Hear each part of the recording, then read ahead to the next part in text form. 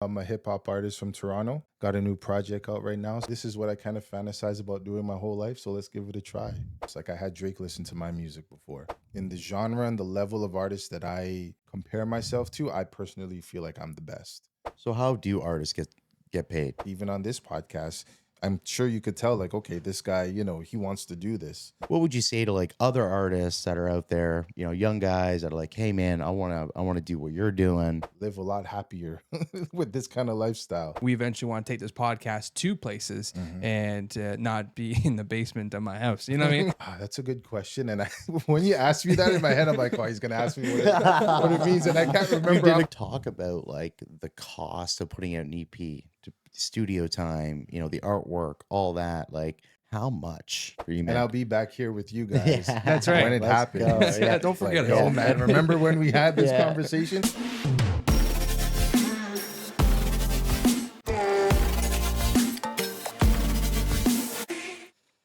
Hello, everybody. Welcome to a new podcast. My name is JJ Vola. Alongside here is my co-host Cal Vola. Welcome to What Do You Do podcast. Today we are joined by Johnny Dubb. Johnny, thank you so much for being part of our podcast. To give everybody a little brief description of who you are and what you do.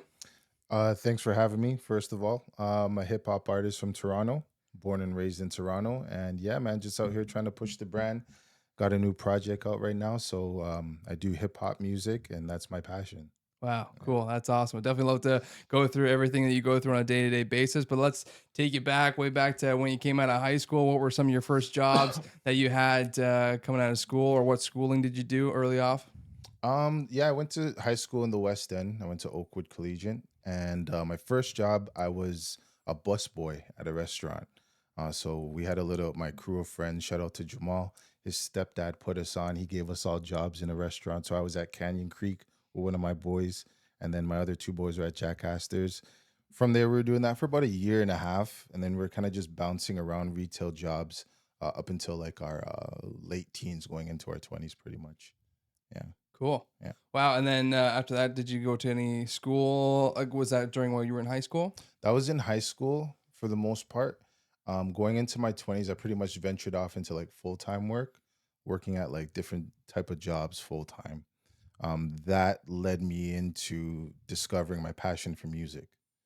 And then once I exercised that for a couple of years, still working full-time at different jobs, and knew like, okay, I want to take music seriously. And so it was quite the journey, a lot of different jobs. Man, there were so many. Which ones can I point out that were Or the like, highlights, say. It was mainly based around like retail though, and a couple contact center jobs. But going into music was something that I discovered in like my early to mid 20s. Yeah. And how did you discover that? Like, was it someone that you were around that like inspired you to get into music? It was actually in my late 20s. I was wrapping up adult school program, and there was a talent show that the school was holding, and I was kind of like the background director. Mm. And on the show day, some of the acts didn't show up, and the teacher that was kind of like watching behind the scenes, we were kind of like, what do we do? And so she's like, well, why don't you perform? And I was like, what? Like, I don't perform, and so I took it into consideration, and like, okay, you know what, let me give it a try. So at the show, I ended up performing 2 songs from my favorite rapper. His name is T.I. And so people who know me know like T.I. is my guy. So I did 2 of his songs, and once I had that experience on the stage of performing, I was like, yo, this is cool, man. Like I actually had fun doing this. Right. And then my next boy, who lives in the East End, his name's Phil, aka Sauce Boy. He's a producer right now, so shout out to Sauce Boy. He kind of taught me and put me on how to writing rhymes. So I would go home and write some rhymes and come back to him and recite the rhymes, ask him his opinion. And he was like, yeah, just keep going, just keep going. And from there, I just worked on the craft. And that's how I knew that music was for me. Okay. Yeah. And how'd you feel after that performance? I felt like energized, like, yo, like it was just an adrenaline rush that I've never had before. In high school, basketball was definitely like the thing. We Right. were all playing basketball, and it was our passion. And I loved playing basketball, but after that performance, it was just a different feeling from being on the court. It was like, yo, this is where I belong, and I feel like myself, and I feel totally comfortable, and I don't care what anybody thinks. I'm just gonna do my thing. Mm. You know what I mean? So that's Right. how I knew. That's, when you find that passion and like there's no one that can tell you different, right? You're like, I'm Mhm. I'm all in on this. Like, let's go. Let's and I think for a lot of people, like it's hard for them to find, right? And how old were you when you really felt that? I was probably 23 or 24. Okay. That's when I knew. I was like, yeah, this is it. Yeah, And nothing and no one is gonna stop me from doing this, and no one's gonna tell me otherwise. sure. Yeah. So it was around that age. And even like when someone gets asked and is put on the spot like that, hey, you should go up and perform. Like the butterflies are, rushing through you. You're like, man, this is. I don't know if I should do it. So, Mhm. what made you get up on that stage, or like, how were you feeling in that moment?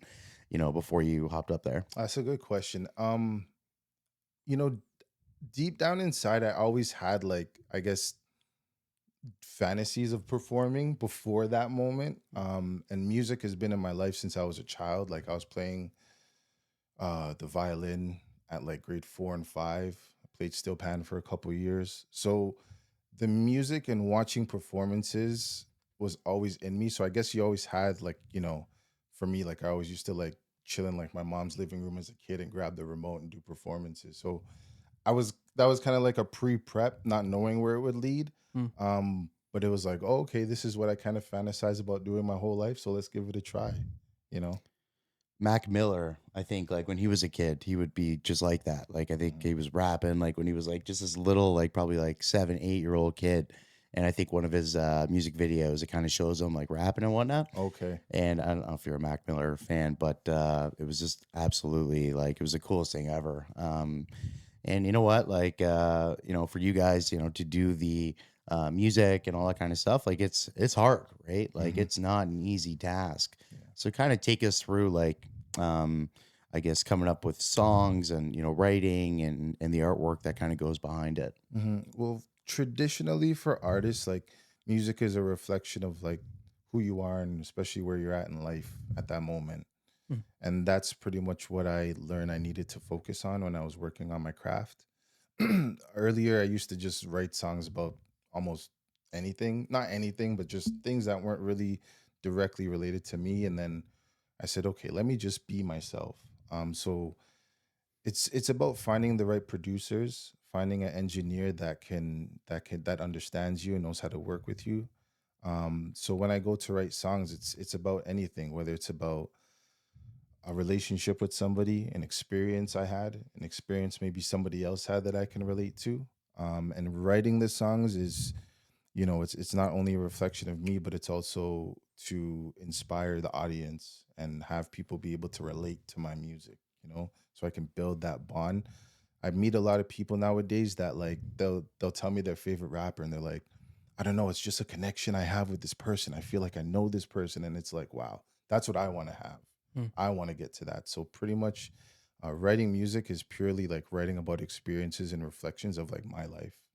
Yeah. And that's probably how you get so much better passion and emotion through the Hmm. song, Yeah. right? Like, let's say you're going through a hard time through life, right? You be dumping into a song, comes out, right? And so many more people can relate Hmm. to that scenario that you're going through. But, and some people just like the beat, or some people just actually want to listen to the lyrics, Hmm. and it's like it's coming from your heart. That's why I think a lot of, you know, let's say relationship songs, for example, Hmm. right? Everyone goes through that hard time of a hard breakup, whatever the case is, because there's just in that moment, you're so caught up, feeling that way. And ironically, like some of the best music comes out of like tough situations in life. Mm. That's when the most, at least for me, especially as an artist, that's when the inspiration sometimes is at its all-time high, when it's like tough situations and you're going through something, and it's therapeutic, right? So it's the same thing as going and talking to somebody about, and working through the works mentally and stuff like that. You go and you write about those experiences, and most of the time, not only for myself, but like big other artists like Usher, for example. Usher's an R&B artist. He put out a album called Confessions. It was about him getting caught cheating on his girl, and he put out this album, and it one of his best albums of all time. Hmm. So yeah, it definitely life creates real inspiration for us artists to Yeah. create. Now, would you say that it's easier or harder because of that? Like, in a sense of, let's say it's hard times, Hmm. right? Do you want to put that into a You song, do. right? It's more inspiring for me personally during a hard time because there's things I want to say. Right. And if I can't have that conversation with the person, or it's just not the right time, or it's just something you just want to vent about what has happened, pull up a beat and just start writing about it. Hmm. It's probably one of the easiest times to write Really. for me as an artist. Hmm. Yeah. Can you like take us through maybe like a hard time that you've gone through and a song that you put out? To be honest, as an artist, like when well, see, hard is like if it's really personal at this time, I usually keep those things to myself. But um, a song that's out right now, mm, it's not really a hard time. But like on this new project I just put out, there's a song called "You Can Talk to Me," and it's about like me and this other girl who is like hesitant and giving me a hard time, I guess you can say, on like making this work. So that inspired me to write a song to just let her know, like, you can talk to me. I'm here. Like, I'm that guy. You know what I mean? I'm not the guy you think I am or who people may say I am. So dealing with that experience with that individual probably drew that inspiration to write that song. Yeah. Hmm. But if it's like real personal, then I usually keep it to myself. Mhm. Yeah. Mm. It's hard to, put that stuff out there, right? Like if, Yeah. something that was traumatic for you that you went through and all that kind of stuff. And like some people can, like they can, put a song together and talk about those hard experiences and whatnot. And I have a buddy that's a country artist and he talks about like a lot of struggles that he's had through his music and whatnot. And the stuff, I think as you get more comfortable with it and whatnot and be able to put that stuff out Hmm. and that emotion comes through the music Hmm. and people can really relate to that. Yeah. That's the stuff that goes pretty far. For So sure. I mean, there's no songs out. I have songs written that are about hard times. It's more related to like relationships with my brother and my father, but it's not out yet. So, but it will be out. Yeah. Yeah, And I yeah, wonder how many songs are out there in the world that were made due to strictly emotion or like hard times. yeah. And after it was created, that wasn't released because of like Yeah. don't want to share that with the world. It's more of like a song for myself, right, Yes. to listen to Yeah. versus sharing it with everyone to listen, then, getting bad feedback from it may make the situation worse. Yeah. And like for myself, because I'm in the hip hop genre, we're really protective of our brand and our perception. We Mm. don't really always want to seem like the vulnerable type of artist, you know what I mean? That's always putting our personal stuff out there, feeling like we're like emotional. We're more, uh, covered up and protecting ourselves in that regard. So I can see why that happens, why artists may make those songs but not release them, maybe until it's the right time. So yeah. it's almost like reality TV, like people love watching that stuff because it's like they see like the realness of people Mm-hmm. and being like that vulnerable person is, it attracts a certain type of crowd, but at the same time, it makes you seem weak. Yeah. So do you want to be the strong, person that, can crush it out there? Or like, are you like a vulnerable, like weak person that is putting out content and hoping that people are like, you know what? I actually jam with this, right? So, And it's a balance. You just have to balance it out, and know yourself as an artist. You know what you're comfortable sharing with your friends and family and your fan base, and what you're not comfortable with. So once you figure that out, because that's a part of the process of artists and artist development, is really understanding who you are as a person, as an artist as well. And once you're able to align those two things, your personality and who you are as an artist, then it helps you with your decision making on what you record and what you write and what you put out and perform.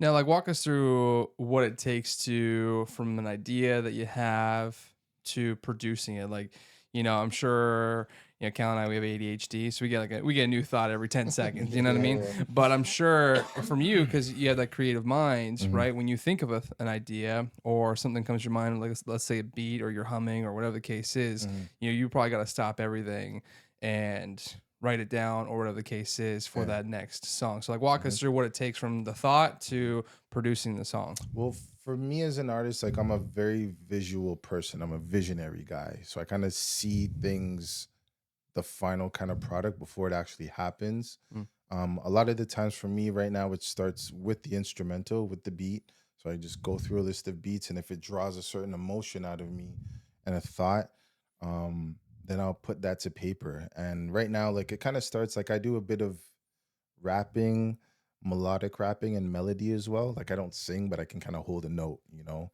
Melodies come really easy for me. So I kind of like I'll hear the beat and the melody, not necessarily the words will come to me. So I'll grab my iPhone and hit the record button and like record the melody on the phone. And then like either later that day or the next day I'll pull the beat back up and then I'll listen to it again and like put words to it. And then as far as writing the rhymes, like that just comes as I'm writing the song itself. But yeah, the instrumental that you decide to work with will draw the emotion for the topic of the song. And then putting the words together and stuff is that's just rap. That's just a art form and a craft that comes as you work on it over time. Go to the studio, you lay it down. Right now, I go to a studio. It's called Tabernacle 321, and that's in the east end of Toronto. That's run by an engineer, producer, director. His name is DJ Merciless. DJ Merciless is a guy that I've been working with from the beginning of my recording career. He's a great engineer. He knows how I am as an artist. We know how to work together, and he helps me bring that idea to fruition. I may have a melody that I want to lay down, and him and I know like, okay, this is you can do this or do it this way, do it that way. So we work together most of the time with the melodies and laying the songs down. Um, and then if there's visuals that I see, like for example, there's a song I have right now with a video. It's called Day One, and from the time I heard that beat, it's a really like turn up Travis Scott trap kind of beat that has just me straight singing on it. From the time I heard that beat, I'm like, okay, CNE, you know. So from the before I even wrote the song, I knew the video was gonna be at the CNE. Mm. From the time I heard the beat, not even exaggerating. And I literally did it step by step. I wrote the song, and when I went to the studio, I told Merciless, I'm like, yo, we're shooting this. Before we recorded, I'm like, we're shooting this video at the CNE. And he's like, what? You shooting? We haven't even done the song yet. But he's like, okay. And so once the song was done, I worked with a director. His name's Jordan. Shout out to Jordan. We did the video at CNE. It was bomb. There was a great atmosphere, great environment. We worked really well together. And once the final product was out, like that's personally my favorite video that I've put out so far is the Day One video. We're at like 15K views right now. Mm. It's not so bad for a beginning artist like myself. Awesome. So that's how it pretty much works. Sorry if it's like a No. long rant No, No, great. no, That's it's great. well, that's what we want. Like, I mean, yeah, you know, some people just don't understand like what it takes, right? Yeah. They hear the song, Mhm. right? They don't understand that some songs could take years Mhm. or you know, a couple days, Yeah. right? Like if it's low budgeted but it was well put together, Mhm. or if it was a high budget and then maybe it didn't turn out so great. You know what I Yeah. mean? So, and for you, I mean, at the beginning stage, it certainly probably has to be on a budget scale, right? Mhm. You think about like how much you want to put into it, Yeah. how much the return is going to be. Mhm. So there's probably more steps that you have to take or steps that you have to do yourself, just like us with this podcast, you know, and Mhm. like we would love to have somebody on the other side of the cameras making Yes. sure everything's all good, right? Yeah, And yeah, like the yeah. audio is perfect while we're talking, Mhm. right? Instead of finding out afterwards, right? So Mhm. you can always bring on more people to pay for, right? To make the job easier. But Mhm. you know, from a creator, you know, whether it's big names or whoever, they all had to start where you are today, Yeah. right? Now, in that sense, what would you say, like looking into, you know, 2023 versus creators back in like the 90s or early 2000s of hip hop, rap, of course, being, you know, big then? What would you say the challenges is today versus back then? Well, I can answer this like based on my experience for today because I didn't like come up in the 90s, but from what I can see from my homework that I've done on the 90s, it's probably a combination of like there's a lot more artists out on the scene now in the hip hop genre than there was in the 90s. And so that kind of makes it gives you more work to do Right. to prove yourself and show your how you separate from everybody else. Like right now, like I'm a Toronto hip hop artist, and me personally, like I in the genre and the level of artists that I compare myself to, I personally feel like I'm the best. Um, but with that being said, I also have to convince the audience that I'm the best. So that's probably the biggest difference. There's a lot more artists now than there were in the 90s. Um, that's probably Uh, you said what was it harder in the Yeah, like '90s if than it it was today? like what do you see the challenges today, like the ones that you're facing? Because like to your point to that the example, like there's so much more creators Yeah, nowadays, right? Like you don't need to go to a producing studio to record. Like you could like make a studio in your home now, yeah, right? Get the cameras, find an editor or become an editor and start producing clips yourself, right? yeah. So from me looking at you, like just thinking like even us, like how much competition there is just in the podcast world, Mm-hmm. right? Like we just hit 180 subscribers, like whoop de doo, Woo! right? But Congrats, like, though, man. Right. but Yeah. it's the commitment of staying too. Like we're now, I think you're our 28th episode, and that's Mm, 28 weeks of being consistent every week, right? 100%. And we could have shut down after the fifth episode, like Yeah, we're not making it, yeah, right? yeah. But it's gonna be maybe 52, maybe 105 episodes, Mm-hmm. right? So like that's the challenge I see. Like for you, I'm sure you feel that too. Like you either got to produce as much content almost every week or every month or whatever, Mm-hmm. or you got to make crazy videos that no one else is doing or being different, right? Yeah, you definitely have to separate yourself and weave through all the kind of nonsense to really get to that core fan base and find out who those people are and then just build off of that and being consistent as well. Like every time there's a video that I drop, it's like, keep going, keep going, keep going. So I'm really here for the long run. Like I know this is not a 18 to 24 month flip over. This is I'm playing for the long run. So I'm looking forward to it. You're right. I think it's definitely easier today to like create that content and make it. The challenging part, I think, now than it was in the '90s is the revenue, the ways that artists make money.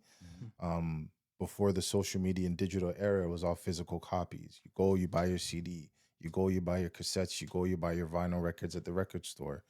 And artists used to make like a little bit more profit off of those unit sales than they do today. Now we're in streaming, so you're getting like a fraction of a penny for a stream. So Mm. that is one of the challenges today I find. Like I kind of regret, well, I wouldn't say I regret, but I wish I did start off a bit earlier so I can like capture that source of revenue with that way that things were done and then transition to the digital age that we're in today. But we're here, and so we just work with it. Right. Yeah. So how do artists get paid? What are the ways to generate revenue?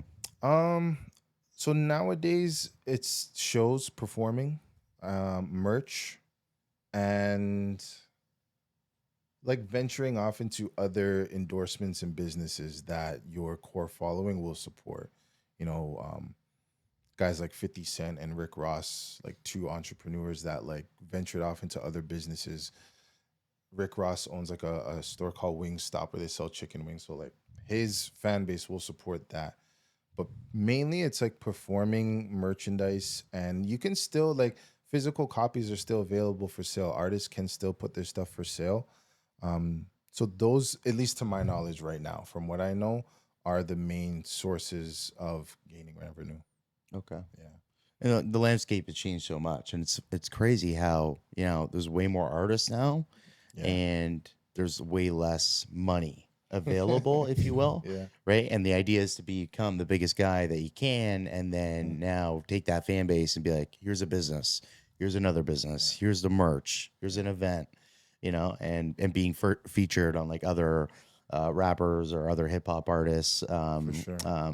music videos, all that kind of stuff, getting appearance fees Yeah. and whatnot. And the landscape has changed so much, and changing with those times and having to be different, and figuring out the distribution of how to get your content out there. And this is one medium to do that, Yeah. which is awesome.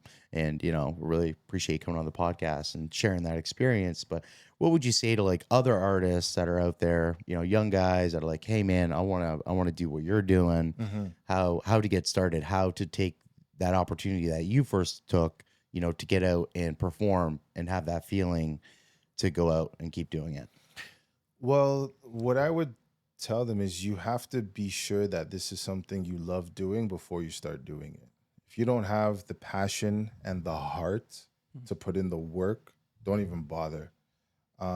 Because you're becoming a part of a genre that's like really respected and popular around the world right now, and it's getting bigger and bigger. Like we just celebrated 50 years of hip hop last week's Friday. Um, and it's like it's growing. So make sure that you truly have a passion for this if you really want to do it. Make sure you have a short term and a long term plan, and make sure you have a good team around you.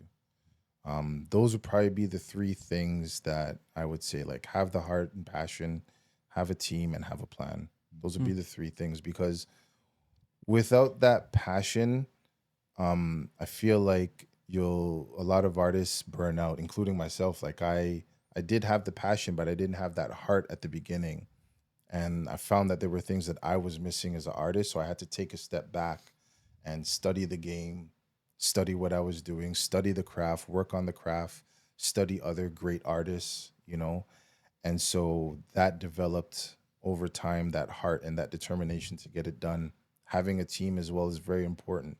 If you don't have a team around you, like there's a clip I saw on Instagram where like Will Smith was telling Kevin Hart, like, you pretty much can't do really anything without a team in this world, right? So that's it. And having a plan is very, very key as well. If you don't have a plan, like, then you're just kind of flying on the wing, you know, you're just going off of emotions and stuff like that. So those would be the three things I would tell an up and coming artist. Yeah. And that's even great advice for us too. I mean, like at the beginning, like Cal and I went into this podcast, you know, just learning how to be podcasters, right? From our first episodes to today, and we've learned a lot. You know, how we construct our guests, how we walk people through conversations or the next conversations. But to have that team, you know, making that mention earlier of like having that person behind the camera, making sure we're good, having an editor, so we can focus on having more and better guests, and you know, we eventually want to take this podcast to places and not be in the basement of my house. You know what I mean? We want to be in the studio. Yeah, you know what I mean. 100%, So 100%. to your point, like you know, some people don't like the idea of a team because of the thought of, you know, less money for them, True. right? But at the same time, if you want to grow or, you know, get better or you get well known, there's just, let's say you have a team of 5. That's 5 more people that are going to help all of you grow, Yeah. right? 100%. And like the team, it's not easy, you know, like we're in Toronto, and you really have to prove yourself, you know, to people who you believe can bring something to the table based on like you know them. You know, my team isn't a big team, but they consist of people who I believe have it in them to make this happen. And so if I push them hard enough, they actually bring the results. But it's not just like you can't ask people to be on your team and expect them to just drop what they're doing. Like, okay, yeah, I'm proving myself to my team right now, you know? And the team doesn't always have to consist of like I find people bring on like artists in hip hop, they bring on like their friends and all that stuff. And it's like it doesn't always work that way. You know, it's like the old saying, like, don't always mix family or friends with business. It's the same thing. My team doesn't consist of people who I like grew up with. I got DJ Merciless, who's an engineer that I work with, but DJ Merciless is one of the executives on his own label, Supreme Jeans Records. You know, but he's the engineer that I will work with for the rest of my career. I consider him a part of my team. Digital Tiff is the guy who's been doing my artwork for the past couple projects. Digital Tiff is a great graphic designer who does his own thing. He has all this clientele, but I consider him a guy on my team because when I make that phone call and I need something to happen, he's gonna make it happen for me. Merciless is gonna do something and help me out in some way. My other friend, he's a friend of mine, but he's on my team. His name is Garfield. Great friend. He's been doing music for a very long time, has a lot of experience in hip hop, music, magazine, interviews. So if I ever need any advice or recommendations, or I need him to find something for me, as long as I ask him, he'll be there and he'll help me out. You know what I mean? So everybody has their lives to live. So when you're building a team, you have to consider that and understand like it's a balance, and it's a tug and pull kind of thing, you know? So yeah, but it's important. You have to have a team. Yeah. And I mean, going to that point of like, you know, having people in your corner and asking people for help. Yeah. and in a weird way, I mean, even growing up, like in class, put your hand up and ask a question. Hmm. And I was always like scared of doing Yeah. that. And I didn't want to be judged. And like, man, people be like, oh man, you don't know the answer to that, really? Like, Hmm. and being that guy. And like, as you get older, it's okay to ask for help. Like, if you Yeah. don't know something, like, Yeah. call somebody, hey, can I get a hand? If they say no, no big deal. Okay, Yeah. there's another person. And 100%. no really means a new opportunity to maybe meet somebody else that can help you out or whatever it may be. And definitely being in a space where you're not in a place to like pay someone for that advice or that help. Hmm. It's kind of going out and maybe find a way to offer value to them. Yeah. How can I help you and how can you help me and make this, a beneficial. Collaborative thing. Yeah. Exactly. 100%.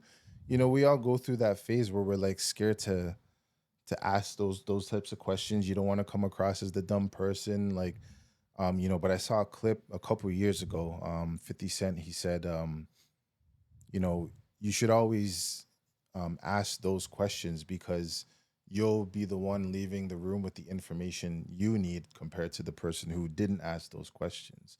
And from the time I saw that clip, like, Mm. even with the new gig that I just pulled and I'm at right now, I asked a million dumb questions, but I didn't care what anybody thought because at least I knew that okay, I'm gonna walk away from this conversation with the information and knowing okay, you know everything you need to know, as opposed to walking away regretting like, oh man, like I don't know this, but I didn't want to seem like the dumb guy or something like that. So yeah, like having that courage and that heart to like really want to push, be persistent. Like even on this podcast, I'm sure you could tell like, okay, this guy, he wants to do this. And I picked that up from that conversation of like being consistent and being determined. So yeah, it's very important. Yeah. Mm. We got it done. I think we had to cancel a few times and we Yeah, had yeah. something going on Yeah. and all that. And that persistence, I mean, we could have canceled, but like, hey, like we'll do it another time. And we knew that you really wanted to come on and and based on actually funny story how we met is Yeah, that yeah. I called into a bank to get some help with some small business stuff, and Mhm. then you were on the other line, and then we started talking. You asked me about what type of business we were starting, and it was a Hayes Detail Products, Yeah. and then we started talking about the podcast, and then you told me about what you did, and Mhm. I was like, man, like let me look you up, and I followed you. You followed us back, and then wound up having you sitting here all from a phone call to a banking Yeah, thing. and So it's crazy because when I got the position at the financial bank institution, I'm like, okay, I'm in the small business field. I'm like, okay, I'm small business, all right.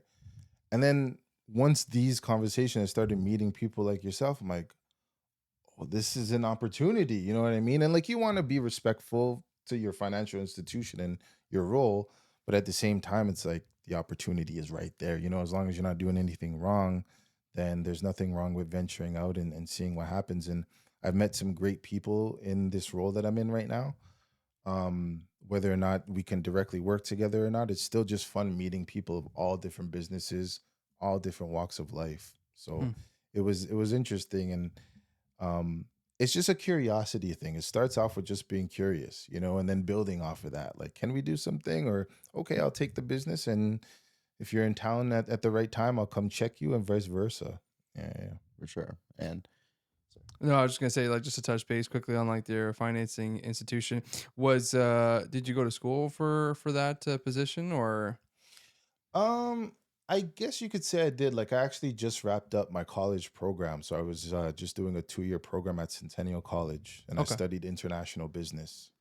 So I just wrapped that up last week. Was my final exam, so that really gave me some good experience because I studied a lot of like economics, financial institutions, and business seminars, marketing, and that really helped me at least from the financial institution side, from what they can see on my resume, I guess gave me, a little one up to get in there. Yeah. Right. So And that's what's so important, like, we're all passionate about what we do. We're not getting paid for the podcast. I'm sure, it's been, hard and we have to have means of making money and living and all that kind 100%. of stuff while we're pursuing, these dreams. And I think it's important for people to know that, it's okay to have, the stuff that's going to make you money and help you live and all that kind of stuff Yeah. while you're pursuing these passions. 100%. And And I mean, I have a little events company. You're doing what you're doing, all that kind of stuff, and we're doing the media Yeah. thing, right? Yeah. And it's so important for young people to understand, like, you have to. You can't, it's important to jump all in on something, but also, make some money on the side. Keep going, right? And go as hard Yeah. as you can. Got to Work when pay you the need to. bills. Gotta Yeah, pay you the you bills. you So have to have that other stream of revenue, especially as a hip hop artist when you're just starting. So I think it is important for kids to know, like, especially in hip hop, like you don't have to do what you think is the popular thing to make money before you're successful in music. You can work a full-time job. That's what I do, and I'm proud of that, and I live a lot happier with this kind of lifestyle. So yeah, it's great. And I think that once more kids realize that in the hip hop, like I have to speak on the hip hop genre, that's what I know, then I think there'll be a bit more um how can I say it? I think it'll be just more fun for the hip hop genre and the culture and artists and fans that listen to music. and it's real life. You got to pay bills to move on and keep going, right? And as you're progressing in your career and building up the fan base and all that kind of stuff, you'll have eventually the opportunity to go all, full time on it. You're making enough money to pay your overhead and all that kind of The stuff. day that happens, I will be the happiest And it person will, man. on this planet. It will, Yeah. man. And I, that's, if you're passionate about it, you love it enough, like, and you can basically work on something long enough where it's not a job. Like, you yeah, absolutely love this, and yeah. it'll come through, and it's gonna happen. And yeah, like the music for me, it doesn't feel like work or a job right now, at least, and I'm enjoying this, so that's why, like, I have, like I was talking about having a plan, like I planned a lot of the rollouts out and make sure that things are on point. So even with the new project that I just dropped, it's a new EP. It's called The Race Is Not for the Swift. You know what I mean? And that project, again, just talking about like what traditionally artists do, is a reflection of like where I'm at in life. So the race is not for the swift, if I'm not mistaken. It's kind of like another phrase for like better late than never. Like not everything in life is a race, it's a marathon. It's not a sprint, it's a marathon. And so me just wrapping up my college program, the race is not for the swift. I'm a little bit older, but I went back to get my education. Getting this new gig at the financial institution, that's something I wish I kind of done, yeah, at my earlier ages, because I know where I'd be at today with what I know now. But better late than never. You land this position, I have a great opportunity to build a career with this company, and the race is not for the swift. There's no, it's never too late, is the whole thing. And that's the premise behind the new project that I try to like express and push with the new project on the new EP. Yeah, It's all part of the journey, man. So so 100%. so tell us about the EP, and first, what is an EP? An EP, it's like it's a body of work that's usually between 5 to 6 songs. So it's kind of like an appetizer before like a real album or LP comes out. Hmm. So What yeah. does it stand for? EP and LP. That's a good question. And when you ask me that in my head, I'm like, oh, he's gonna ask me what it means, and I can't You remember did off a the great top of my job of, head. of trying to stay away from it. I Yeah. was even earlier. I I was can't like, I can't don't really remember. I believe LP is long playlist, but I can't remember what the we could always Google it, but Yeah, yeah. um yeah, I can't remember exactly what the EP stands So if you for. guys know what EP Yeah, stand, comment below. all right, comment below. All right. And I'm sorry, I should know the answer to this, but my Yeah. bad. That's all right. No, That's that's all great. right. Yeah. So tell Yeah. us about that project. So this is the second EP I released this year. The first one I put out was in February. It was called Disappearing Act, and that was just pretty much reintroducing myself as an artist. The name of that project was inspired by my best friend Dave. So this project, The Race Is Not for Swift, this is my favorite project to date. And again, it's just a reflection of where I'm at in life. The music itself, it's a combination of like my rapping ability and my melodies as well. So it starts off like the intro is just me straight rapping for like 3 to 4 minutes, no hook, just rapping straight out. Hmm. And then the second song is called Prophets, which is a combination of like melodic rap, melody, and then straight bars as well. Um, and then it kind of ventures off and changes direction into like real R&B, melodic, slow kind of music. So the record after that is called Shy's Interlude. It's about relationship I had with somebody a long, long time ago. Just basically reflecting on that situation. Then You Can Talk to Me, which is my favorite song on the project. That's a real melodic Toronto sounding song. That's my favorite song because for one, it was produced by an artist in Toronto. His name is IZ. So shout out to IZ. Um, and the way I wrote it and the way the song sounds, it just sounds like, you're downtown driving in the city at nighttime. Like that's the song you want to throw on just for a cool, mellow vibe. There'll be a video maybe coming out for that one. And then we get into a song called Late Night. Late Night, it's kind of like the same premise, me just talking to a girl, convincing her like, yo, like this can, work out.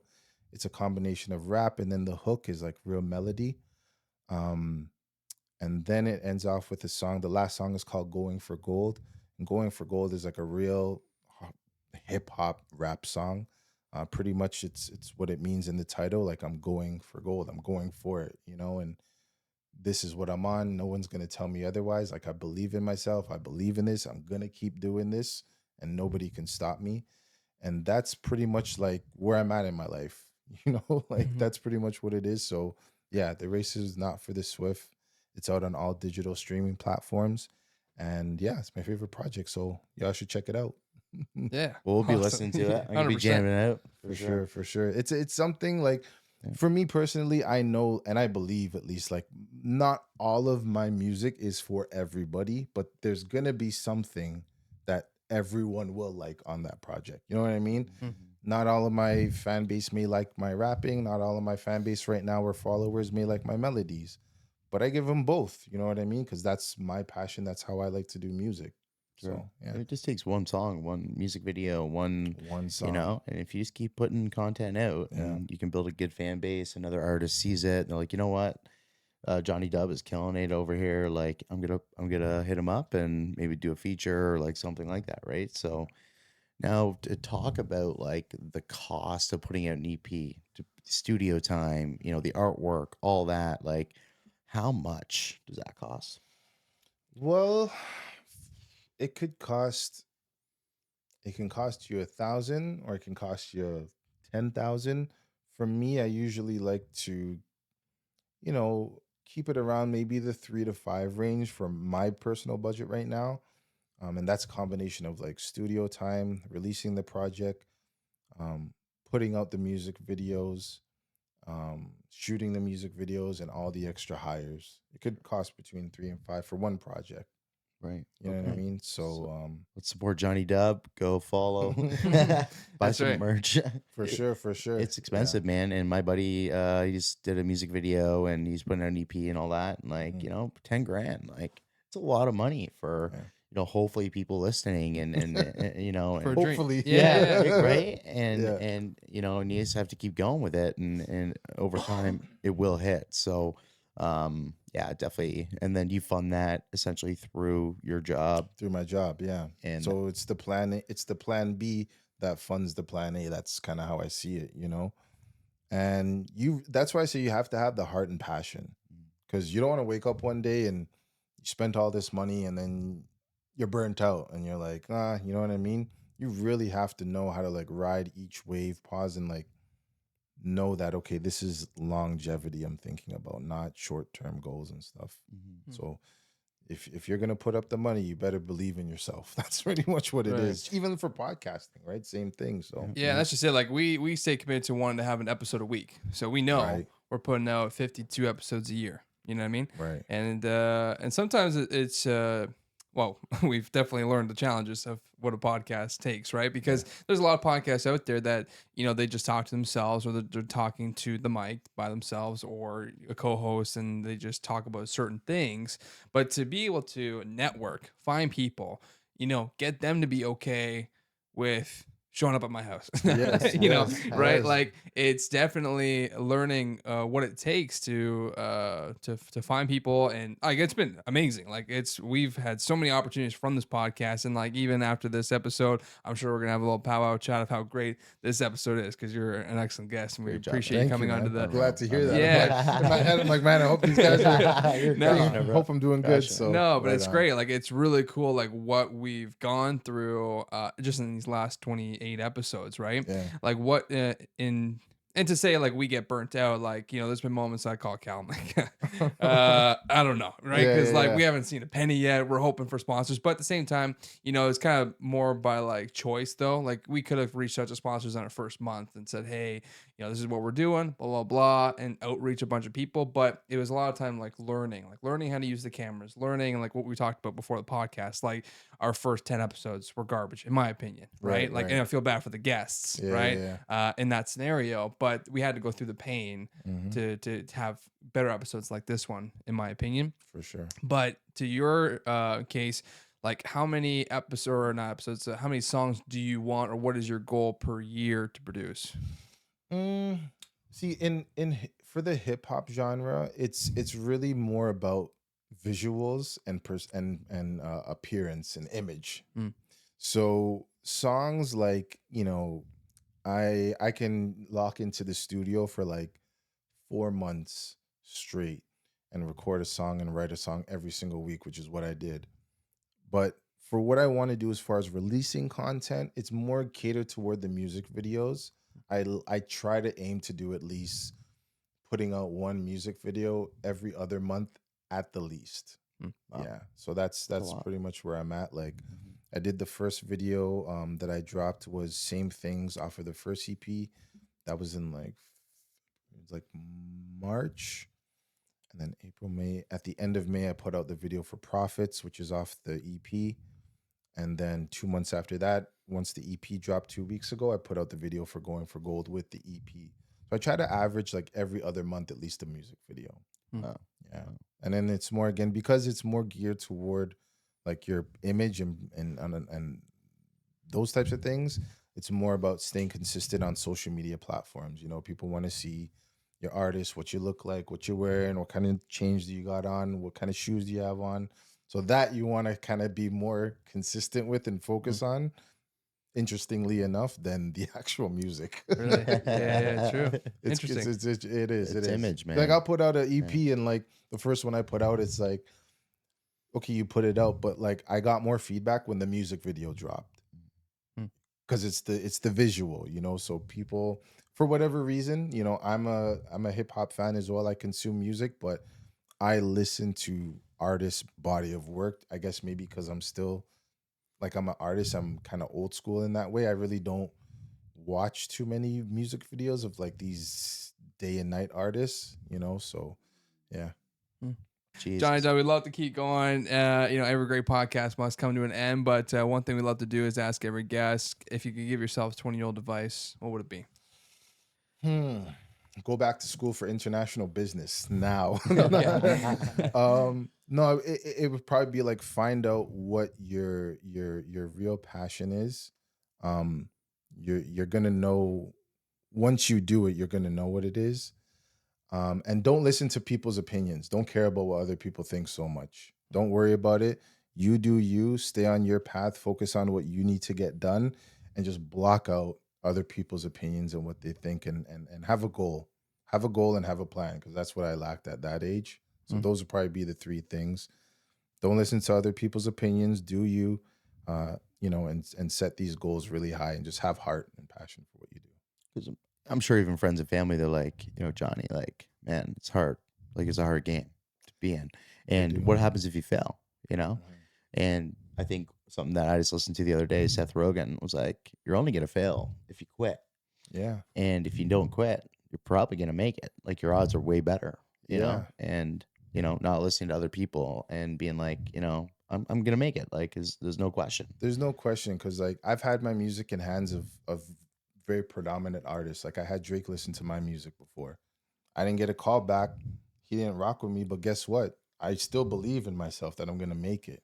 And I actually got feedback from the person who was listening to my music with him in the car. Whoa. And so after getting that feedback, it's like, okay, you didn't get the answer you wanted, but at least they listened to your music. And I'm still going to keep going with this. So you're right. You can't be discouraged in those moments. And once you have like the biggest artist in the world to really not give you the feedback you're looking for, you're either going to give up and say, you know what, if he doesn't like it, no one likes it. Or you're going to say, you know what, he saw my brand, he saw my logo, so he's going to remember me when I make it. And that's my mentality. What kind of feedback you had, what can I, change or do better on, and all that kind of stuff, right? Because without the feedback, we can't get better. Yeah, exactly. Yeah. Interesting. And what goals do you have for yourself in the next 5 to 10 years? 5 to 10 years. I would say, living a full-time artist musical career, probably owning different businesses and franchises. So I'd be like a more well-rounded entrepreneur, hopefully probably won't be living in Canada full time by then. Yeah. My goal is to, have a nice spot, but basically being a more well-rounded, diverse portfolio type entrepreneur. That's basically what I'd like to do in the next 5 to 10 years. That's my goal. Not just full-time music, it's also other businesses. So I'm revered in that kind of regard. You know what I mean? Yeah. Awesome. Wow. Awesome. Good for you, man. And I'll be back here with you guys. That's right. When it Let's happens. go. Yeah, don't forget it. Oh man, remember when we had this conversation? Yeah. Because that's what I tell my friends all the time. Like, all these experiences and everything we're doing, this is not for right now. This is for 5 to 10 years when we look back and we're like, yo, remember? Mhm. And the crazy thing is, it's like, I even told you that this was going to happen. You know what I mean? Yeah, yeah, man, that's the goal. And that's what I'm looking forward to. So thank you so much for having me. For Yeah, real. man. I appreciate it. If anybody wants to follow you, support you in any way, come out to shows, what's like the best way for them to get in touch with you, follow you, or like a website? Right now, best way is just follow me on Instagram, and you can message me on Instagram. So my Instagram is Johnny Dubb TO, at Johnny Dubb TO, JohnnyDubbto. You can always just send me a direct message on there. If you see anything you like, just shoot me a message. I'll respond. And if there's anything people feel like they can collaborate on, we can work together. I'm open for that. And your favorite song again? Off the EP? Off the EP, yeah. You Can Talk to Me. You Can Talk to Me. Yeah, You Can Talk to Me. Spotify and all. Can you use Spotify? Yeah. It's on all digital streaming platforms, Apple Music, Tidal, Spotify, everywhere. Awesome. Cool. Yeah. Wow. Sweet, man.